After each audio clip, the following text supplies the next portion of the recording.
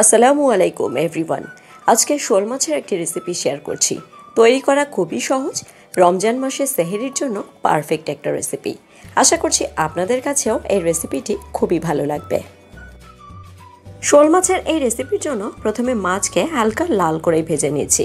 আমি হালকা লাল করে ভেজে নিয়েছি, তবে আপনি আপনার পছন্দ মতো ফ্রাই করে নিতে পারেন।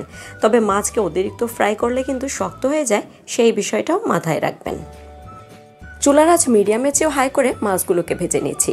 মাছ ভাজতে যেহেতু সবাই পারে, তাই আমি আর অত ডিটেলসে দেখালাম না, একইভাবে সবগুলো মাছকেই ভেজে নিলাম। এবার ওই একই প্যানে একই তেলের ভিতরে পেঁয়াজ কুচি ব্যবহার করছি প্রায় হাফ কাপ। পেঁয়াজ বাটার চেয়ে পেঁয়াজ কুচি ব্যবহার করলে রেসিপিটা খেতে বেশি ভালো হয়। চুলার আঁচ ওই একই করে পেঁয়াজকে হালকা বাদামি কালার করে ভেজে নিচ্ছি। পেঁয়াজে কাঙ্ক্ষিত কালার চলে আসলে বাটা মশলা দেওয়ার আগে সামান্য পরিমাণ পানি ব্যবহার করলাম। এর একটাই কারণ, যাতে করে পেঁয়াজে অতিরিক্ত কালার না চলে আসে, এতে করে রেসিপির কালারটা চেঞ্জ হয়ে যায়। বাটা মশলা হিসেবে ব্যবহার করছি জিরা, রসুন ও সামান্য আদা বাটা। একটু নেড়ে চেড়ে গুঁড়া মশলা ব্যবহার করছি। গুঁড়া মশলা হিসেবে ব্যবহার করছি হলুদ, লবণ, ধনিয়ার গুঁড়া ও শুকনো মরিচের গুঁড়া। এবার তো চুলার আঁচকে মিডিয়াম করে মশলাকে খুব ভালোভাবে কষিয়ে নেওয়ার পালা।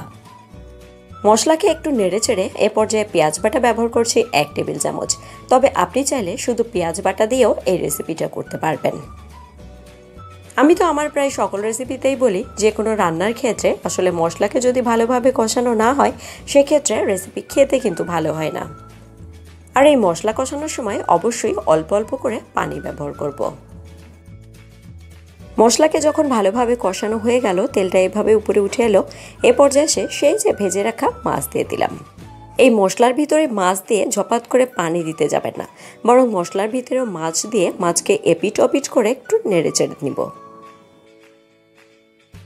মাছকে নেড়ে চেড়ে পানি দিচ্ছি। আমি যে পাত্রে মাছকে উঠিয়েছিলাম সে পাত্র ধুয়ে পানি দিয়ে দিলাম। এবার বলি ঠিক কতটুকু পানি দেব। আমি যেহেতু এতে ঝোলের পরিমাণটা বেশি একটা রাখবো না, এজন্য অল্প পানি ব্যবহার করলাম। আর এই রেসিপিতে ঝোলের পরিমাণটা বেশি হলে আসলে খেতেও বেশি ভালো লাগে না। এখন চুলার আঁচকে একদমই বাড়িয়ে ঢেকে রাখবো। যেই না টকবক করে জাল উঠবে, তখনই চুলার আঁচকে মিডিয়াম করে রাখবো।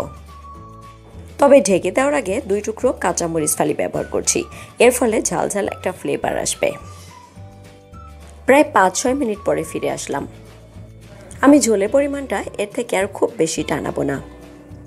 তবে এই রেসিপির স্বাদকে আরও দ্বিগুণ করার জন্য 1 চা চামচ ভাজা বা টালা জিরার গুঁড়া ব্যবহার করলাম। বিশ্বাস করুন, এটা ব্যবহারের ফলে এই রেসিপির স্বাদ আরও বহু গুণে বেড়ে যাবে।